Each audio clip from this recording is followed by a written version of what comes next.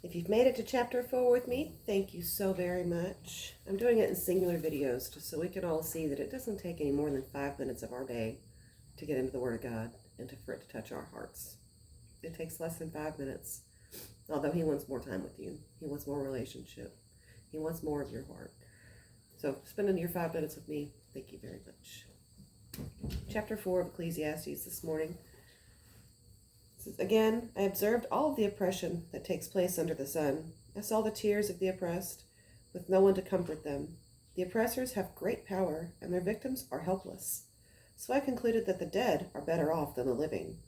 But most fortunate of all are those who are not yet born, for they have not seen all the evil that is done under the sun. Then I observed that most people are motivated to success because they envy their neighbors. But this, too, is meaningless, like chasing the wind.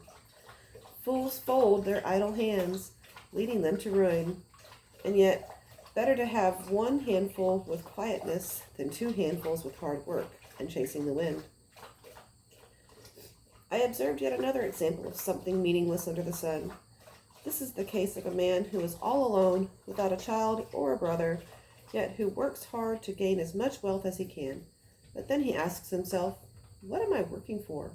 Why am I giving up so much pleasure now? It is all so meaningless and depressing. 2 people are better off than 1, for they can help each other succeed. If one person falls, the other can reach out and help. But someone who falls alone is in real trouble. Likewise, 2 people lying close together can keep each other warm. But how can one be warm alone? A person standing alone can be attacked and defeated, but 2 can stand back to back and conquer. 3 are even better, for a triple braided cord is not easily broken. It is better to be poor but wise youth than old and foolish king who refuses all advice. Such a youth could rise from poverty and succeed. He might even become king, though he has been in prison. But then everyone rushes to the side of yet another youth who replaces him. Endless crowds stand around him, but then another generation grows up and rejects him too. So it is all meaningless, like chasing the wind. I think chapter 4 is very relevant today,